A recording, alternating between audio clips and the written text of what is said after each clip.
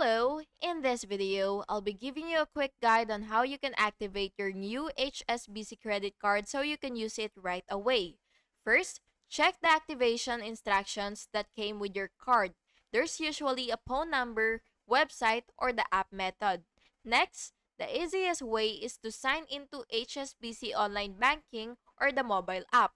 Go to cards and find activate card option. After that, enter the card number and the requested verification details. Then submit. Then you may be prompted to set a PIN if needed. Finally, once you're activated, make a small purchase or check the account to confirm that the card is live. And quick tip, call the activation phone line on the sticker if you prefer voice activation. And that's basically it. Thank you so much for watching. I really hope this video was helpful for you. If it was, please make sure to like and subscribe for more videos like this. Thank you. Have a good day.